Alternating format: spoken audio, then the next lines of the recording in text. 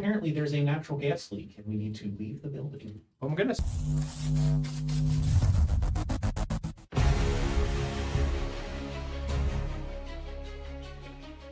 In this video, we're going to go through a worked example with the hydrogen atom. We're going to look at the various isotopes and the various ions to see how these subatomic particles contribute to the overall picture of the element.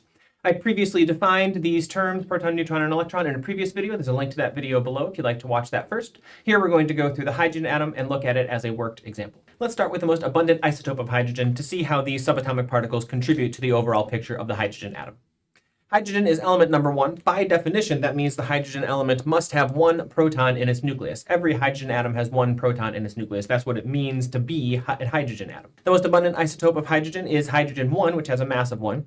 If a proton has a mass of 1 AMU, then there must not be any neutrons. There must be 0 neutrons in the nucleus of the most abundant isotope of proton, if the atomic mass of that element is 1. Proton has a positive charge. For the neutral version of the most abundant isotope, then, it must have 1 electron floating around in the electron cloud. The 1 negative offsets the 1 positive from the proton, giving this element a neutral formal charge. This then is the construct of the most abundant isotope of hydrogen. We would call it the hydrogen atom. Although if you want to get really technical and impress your friends, the technical name of this isotope is protium. So you can keep that in mind for your next chemistry trivia night. The next isotope of hydrogen that we're going to look at is hydrogen 2. Hydrogen 2 still only has 1 proton in the nucleus. It has to. Every hydrogen atom has 1 proton in the nucleus. That's what defines the hydrogen atom. If we were to put 2 protons in the nucleus, it wouldn't be hydrogen anymore, it would be helium. So it can't be 2 protons, must be 1. That's what it means to be hydrogen. If we're looking at hydrogen 2, then it must also have 1 neutron in the nucleus. 1 AMU, that gives us an atomic mass of 2 for hydrogen 2.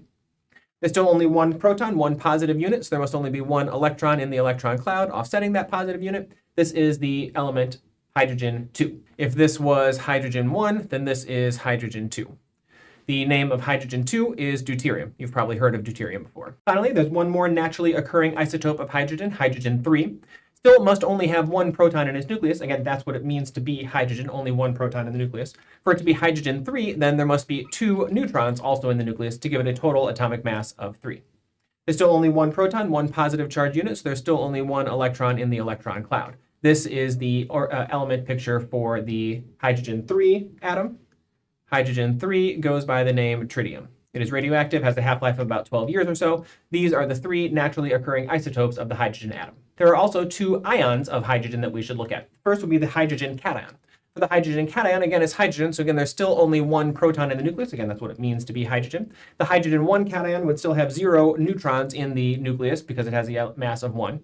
And if it's the hydrogen cation, that means there's more positive units than negative units. And if there's 1 positive unit, that means there are 0 negative units. There are 0 electrons in the electron cloud around the hydrogen cation. The hydrogen cation, then, is just a proton. That's it. The only subatomic particle in a hydrogen cation is a proton. 1 proton, 0 neutrons, 0 electrons. This is the hydrogen cation. In fact, we often call it just the proton. When we get to acid-base chemistry, we'll talk about acidic protons. That's what we're talking about, the hydrogen cation. 1 proton, 0 neutrons, 0 electrons. I am terribly sorry to interrupt, but apparently there's a natural gas leak and we need to leave the building. Oh my goodness. Okay, we're back. There really was a gas leak. Campus really got closed for the entire rest of the day, but it's a new day, so let's get back into it. The last isotope of hydrogen that we want to look at has 1 proton in the nucleus and 2 electrons in the electron cloud around the nucleus. This is still hydrogen 1.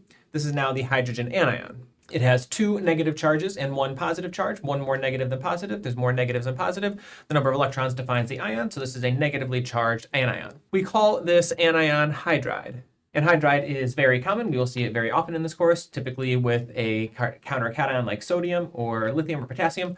Sodium hydride is a very common base that we will use later in this course. So this is how we can use the number of protons, neutrons, and electrons around an element to define the various flavors, the various isotopes, and the various ions of the hydrogen atom in chemistry. Thanks for joining us today, ninjas.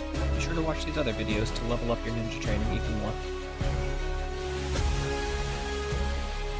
As always, don't forget to like and subscribe.